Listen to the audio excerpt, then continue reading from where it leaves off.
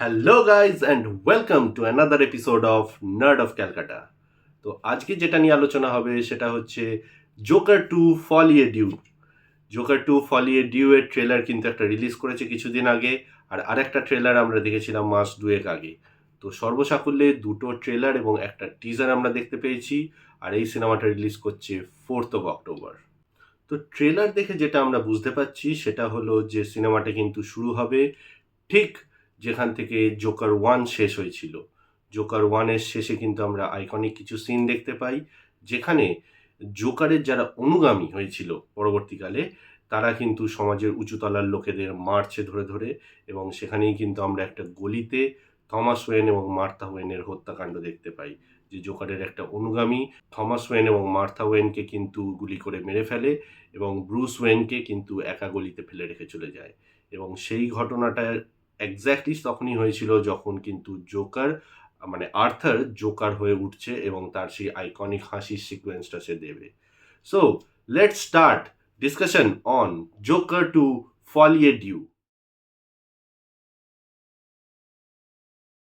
এরপর Joker folie ডু এর ট্রেলারে যেটা আমরা দেখতে পাচ্ছি সেটা হচ্ছে যে ঘটনাটা ঘটেছিল, যেটা জোকার ওয়ানে আমরা দেখেছিলাম, সেই ঘটনাটা কিন্তু 2 বছর হয়ে গেছে এবং এখানে একটা কোর্ট ট্রায়াল চলছে এবং জোকারকে কাঠগড়ায় দাঁড় করানো হয়েছে, এবং জোকারের হয়ে যিনি লড়ছেন তিনি হচ্ছে হার্ভি ডেন্ট।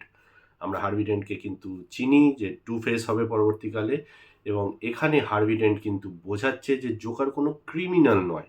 জোকার একটা পার্সোনালিটি ডিসঅর্ডার মানে স্প্লিট পার্সোনালিটিতে ভুগছে, বা তার হয়তো মেন্টাল কোনো ইলনেস রয়েছে, তাই তাকে কোনো রকম সাজা দেওয়া উচিত নয়। এই স্প্লিট পার্সোনালিটি থেকে যে কথাটা আসছে সেটা হচ্ছে জোকার টু এর টাইটেলটা এখানে দেওয়া হয়েছে জোকার ফলিয়ে ডিউ, মানে হলো ডিলিউশন, মানে একজন ব্যক্তি যে স্বপ্নে বাঁচে এবং সেইটাকেই বাস্তব হিসেবে ধরে নেয়।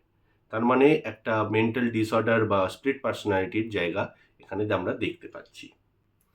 এবার ট্রেলার যত এগোতে থাকে আমরা কিন্তু আরেকজন আইকনিক ক্যারেক্টারকে দেখতে পাই। হ্যাঁ, হার্লি কুইন, পুরো নাম হার্লিন ফ্রান্সিস কুইনজেল। এবার কমিক বুক অনুযায়ী কিন্তু এই হার্লি কুইন বা হার্লিন ফ্রান্সিস কুইনজেল ছিল আর্কাম অ্যাসাইলামের একজন ডক্টর, যিনি এই জোকারের চিকিৎসা করতেন আর্কাম অ্যাসাইলামে। কিন্তু এই সিনেমায় দেখাচ্ছে যে এই হার্লি কুইন একজন প্রোটেস্টার এবং সে জোকারের এই মুভমেন্টটাকে সমর্থন করছে। এবার এই হার্লি কুইনও কিন্তু মনের দিক থেকে একদম একা মানুষ, তার সঙ্গে কিন্তু কারোর চিন্তাভাবনার মিল হতো না।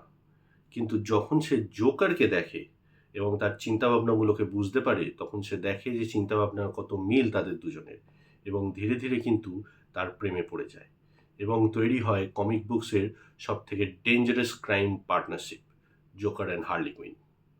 এবং ট্রেলারের শেষে আমরা দেখতে পাই যে আর্থারের একটা ডায়লগ বা জোকারের একটা dialogue, that he is not alone. মানে জোকার তার চিন্তাভাবনা কিন্তু গোথাম শহরের সমস্ত লোকেদের মধ্যে ছড়িয়ে দিতে পেরেছে। তার যে ঘৃণা বড় লোকেদের প্রতি বা যারা মানুষকে বুলি করে তাদের প্রতি যে ঘৃণা, সেইটাকে কিন্তু তারা ক্রাইমে রূপান্তরিত করতে সক্ষম হয়েছে। জোকার সেই জিনিসটা সক্ষম হয়েছে, এবং আমরা জোকার ওয়ানে যে জিনিসটা দেখেছিলাম সেটা কিন্তু আরও বৃহৎ আকারে আমরা এখানে দেখতে পাবো জোকার টু ফলিয়ে ডিউতে।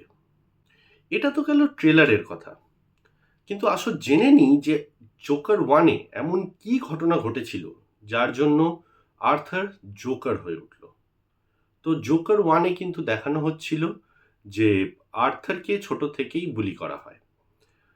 ওর কাজের জায়গা বা রাস্তাঘাট যেখানেই বলো না কেন, ওর থেকে গায়ের জোর বেশি বা শক্তিশালী লোকেরা কিন্তু ওকে ধরে মারতো বা ওকে অনেকভাবে বুলি করতো।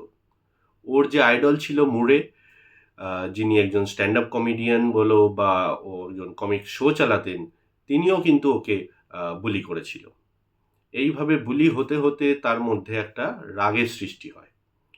এরপরেও একটা জিনিস জানতে পারে, মানে আর্থার থমাস ওয়েনের অবৈধ সন্তান। এটা জানতে পারার পর ওর মাথায় আকাশ ভেঙে পড়ে এবং ও চলে যায় ওর মায়ের কাছে হসপিটালে। সেখানে গিয়েও আর একটা জিনিস জানতে পারে যে ওর মাও কিন্তু এই ডিলিউশনের পেশেন্ট ছিল। আর্থার যখন ছোট ছিল তখন ওর মা আর ওর মায়ের বয়ফ্রেন্ড দুজনে মিলে কিন্তু আর্থারকে প্রচণ্ড রকম অত্যাচার করতো, মারধর করতো, এবং ওর মা ওকে বারবার একটাই কথা বলতো যে তুমি কেঁদো না, put a smile on that face. এবং এই ঘটনা ঘটতেই হয়তো আর্থারের এই নিউরোলজিক্যাল ডিসঅর্ডারটা হয় এবং সে হাসতে শুরু করে। যেটাকে বলা হয় সিউডো বার্বার এফেক্ট বা পিবিএ। এতে কোনো মানুষ বা কোনো ব্যক্তি জায়গা, সিচুয়েশন নির্বিশেষে হেসে ফেলে। সে কোনো রকম কোনো সিচুয়েশনের গুরুত্ব বুঝতে পারে না বা বুঝতে পারলেও সে হাসিটাকে কন্ট্রোল করতে পারে না। মেডিসিন দিয়ে এটাকে ম্যানেজ তো করা যায়, কিন্তু এটা কিউরেবল নয়। আর এইটাই কিন্তু আস্তে আস্তে আর্থারের মধ্যে গ্রো করে গেছিল। তাই সে যে কোনো পরিস্থিতিতেই মার খাক বা দুঃখ হোক, সে কিন্তু হেসে ফেলে। কিন্তু তার ধৈর্যের বাঁধ কিন্তু একদিন ভেঙে যায় এবং সে আর কি যারা ওকে বুলি করত তাদের মধ্যে একজনকে খুন করে বসে। খুন করার পরে সে একটা মেন্টাল পিস পায়। সে হাসতে থাকে, কিন্তু এই হাসিটা একটা আলাদা হাসি। সে যেন একটা মেন্টাল পিস থেকে হাসছে এবং সে বুঝতে পারলো যে আমার ওপর যারা অত্যাচার করছে তাদেরকে যদি আমি এক এক করে মারতে থাকি, তাহলে তো আমার অত্যাচারিত হওয়ার যে গ্রাফটা সেটা কিন্তু কমতে থাকবে এবং আমার হাসিটারও একটা মানে দাঁড়াবে। তাই সে ধীরে ধীরে অনেক লোককেই কিন্তু মারতে শুরু করে এবং সর্বশেষ এই মুরে যিনি ছিলেন, যিনি একজন কমিক একটা রিয়েলিটি শো চালাতেন টিভিতে, তার কাছে যায় লাইভ ক্যামেরাতে জোকার সেজে। এবং মুরে আবার এই জোকার ব্যক্তিটাকে চিনতে না পেরে, মানে বুঝতে না পেরে, এই আর্থার আবার অনেকভাবে বুলি করতে শুরু করে। সেখানে আর্থার বন্দুক নিয়ে যায় এবং লাইভ টিভিতে গুলি করে দেয় মুরেকে। এটা তো গেল জোকারের চিন্তা ভাবনা। সে সমাজে ছড়িয়ে দিতে পেরেছে ঘৃণার একটা বার্তা, যে তোমাকে বুলি করবে, যে তোমাকে ক্ষতি করবে বা যারা তোমাকে করবে তাদেরকে মেরে ফেলো। এই যে ঘটনাটা আমি প্রথমেই বললাম, যেটা দিয়ে জোকার 1 শেষ হয়েছিল, সেই ঘটনায় কিন্তু দুটো স্ক্রিন দেখানো হয়েছিল বা দুটো পার্সপেক্টিভ দেখানো হয়েছিল। যে রাত্রে জোকারের জন্ম হয়, যেখানে জোকারের অনুগামীরা সাধারণ মানুষদের, ধনী লোকেদের মারছে ধরে ধরে এবং সেটা দেখে জোকার আনন্দ পাচ্ছে। এটা বুঝছে যে সে তার অডিয়েন্স খুঁজে পেয়েছে। যারা আগে তাকে দেখতো না, তার কথায় হাসতো না, তারা কিন্তু আজ তারা কথা শুনছে এবং লোকেদের ধরে মারছে।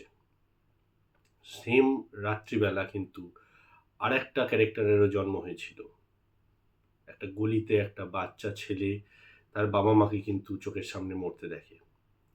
সেও কিন্তু এক ধরনের বুলিড, সেও কিন্তু একটা মেন্টাল ট্রমার মধ্যে দিয়ে গেছে, কিন্তু সে সেই জিনিসটাকে হাতিয়ার করে নিয়েছে এবং তৈরি হয়েছে ব্যাটম্যান।